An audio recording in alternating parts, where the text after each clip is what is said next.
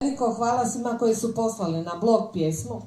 Svake godine sve više vrištimo, sve više se hvatamo u ruke i sve više taj naš glas, iako je pjesničke, odašilje se među one kojima je najpotrebitija. Za kraj smo ostavili ljude koji su nam stigli iz Beča. Dva glazbenika koji su, ja ću jednom jedinom riječi reći, divni. Nedavno smo bili u Beču gdje su nas oduševili.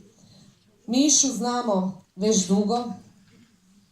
Naš Enes ga je doveo na prvu Slavoniju da bi ja došla u svoje Rešetane, da bi Mišo već tamo bio 10 godina. Josip Čenić, čitat će one dvije i o jednom i o drugom, napisao je i skladao pjesmu Jedna je Hrvatska. Čućete ih. Nadamo se da će to biti nešto veselije. A sada molim jednu i drugu da ih posebno predstavim. Mio Mišo Bijuklić. Od rane mladosti pokazuje sklonost umjetničkom izražavanju, piše pjesme i sklada. Književno i glazbeno nagnuće odvešće ga i u iskušenja bojemskog života. Aktivan je u tamburaškim orkestrima u kojima nalazi smira i čežnji za panonskom ravnicom, koju će u zrelim godinama života zamijeniti za more i škrti paški krajobraz. Uglazbio je 100 pjesama, dok je svoju liriku ukoričio u knjigama.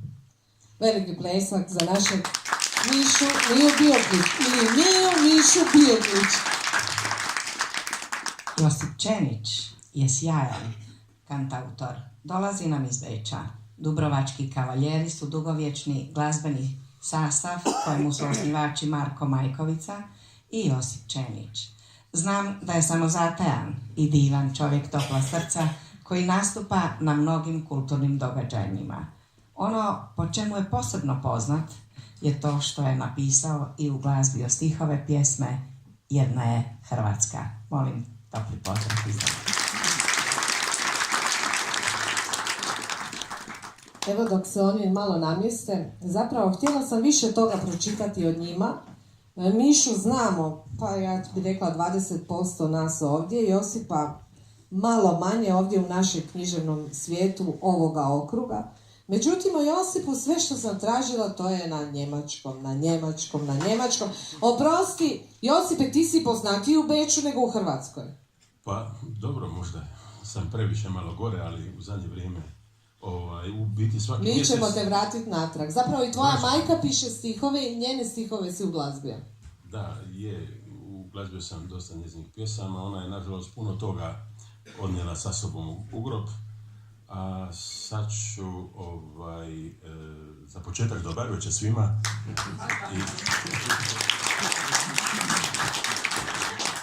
Jednu pjesmu koju sam pokojnoj majici Anđelki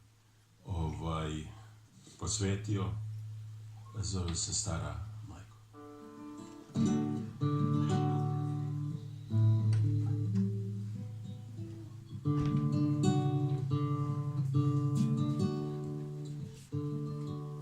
Sa suzama u očima i sa srcem puni tuge pratila me stara mati na daleke neke pute, pratila me stara mati na daleke neke pute. Stara majko, brigo moja, nemoj plakati, jednom ću se, ako Bog da, doma vratiti. Stara majko, brigo moja, nemoj plakati, jednom ću se, ako Bog da, doma vratiti.